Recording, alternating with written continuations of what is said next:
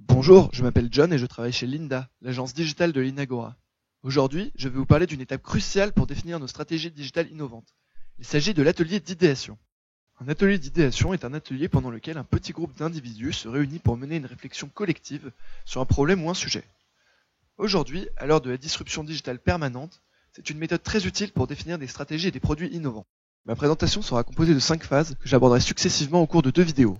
La formation de l'équipe d'idéation, la création d'une atmosphère collaborative et innovante, la définition du problème, la recherche des idées, l'archivage de la recherche. Pour la formation de l'équipe, le plus important est de sélectionner des individus qui ont des backgrounds différents. L'idée est donc de s'armer du plus d'expertise possible afin d'assurer la diversité des idées. Pour la définition d'une stratégie digitale, il faut bien sûr choisir des personnes d'expertise technique, ingénieurs informaticiens back-end et front-end, spécialistes du digital, mais aussi de compétences plus commerciales comme des spécialistes de la communication et du marketing ou des analystes. Attention, il est conseillé de veiller à ne pas constituer des groupes trop grands, car cela pourrait nuire à leur agilité et à leur efficacité. Je vous recommande donc de choisir entre 6 et 8 personnes pour votre groupe. Tout d'abord, il faut créer des conditions matérielles et relationnelles qui soient les plus agréables possibles et qui permettront aux collaborateurs de s'investir pleinement dans l'atelier.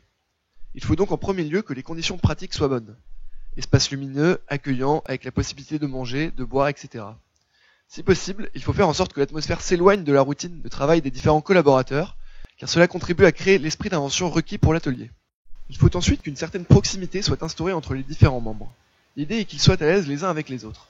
L'animateur de l'atelier a donc ici une importance capitale.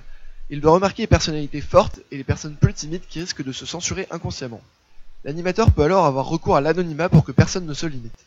Pour cela, je recommande l'usage de post-it d'une même couleur pour que l'on ne puisse plus identifier la paternité de chaque idée. On peut se contenter d'utiliser ce genre de processus au début, le temps que les plus timides deviennent plus à l'aise. Ceci marque la fin de ma première vidéo sur les ateliers d'idéation, et je vous encourage à regarder les parties 3, 4 et 5 de ma présentation dans la vidéo suivante. À bientôt!